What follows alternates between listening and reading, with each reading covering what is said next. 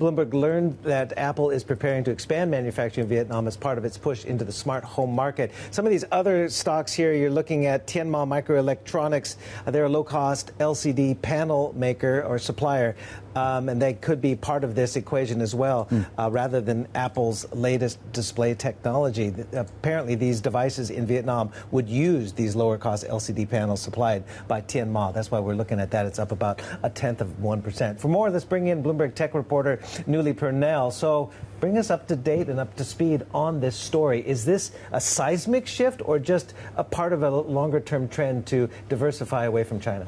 Yeah, a great scoop by our colleague Mark Gurman. He's reported earlier that Apple's working on these 3 new devices for the home. The first time they've created a device like this, we've got a security camera, a home hub, and a tabletop robot. And interestingly, he's reporting we're going to make them all in Vietnam. This would be the first time that they have made a new product in a new category outside of China. Usually they make them first in China and then they expand operations to other countries. And interestingly, a partner, BYD, of course, the Chinese EV maker. I think it really underscores the importance of Vietnam. Apple has already been making other products there. But of course, it is part of this larger strategy, yes, to shift their production for geopolitical risk, for supply chain issues, tariffs away from China to other countries, India notably, Vietnam, Malaysia. But interesting here, details on these products being made in Vietnam and with BYD. Do we expect the trend to continue? I think so, and I think that it makes sense. Of course, these new products wouldn't be immune as the current regime stands from tariffs. They'd still be hit with tariffs. I think it's also really interesting to look at the bigger picture for Apple. You know, they really would love to ignite new investor and consumer enthusiasm in their products. You know, they've faced some very high-profile challenges when it comes to getting on the AI bandwagon with Apple Intelligence and other services.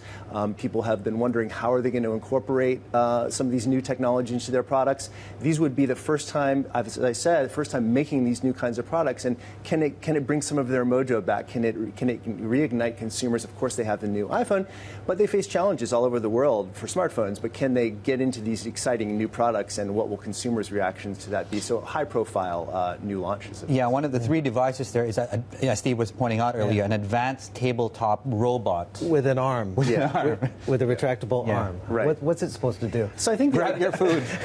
So I think the idea is, if you think of like the home hub. So if you think maybe like a 7-inch by 7-inch display, the idea is it could be on this articulated arm that could sort of follow you on. So you could do a FaceTime call, or you could use it maybe to control, home appliances, perhaps play music, movies, that sort of thing. So yeah.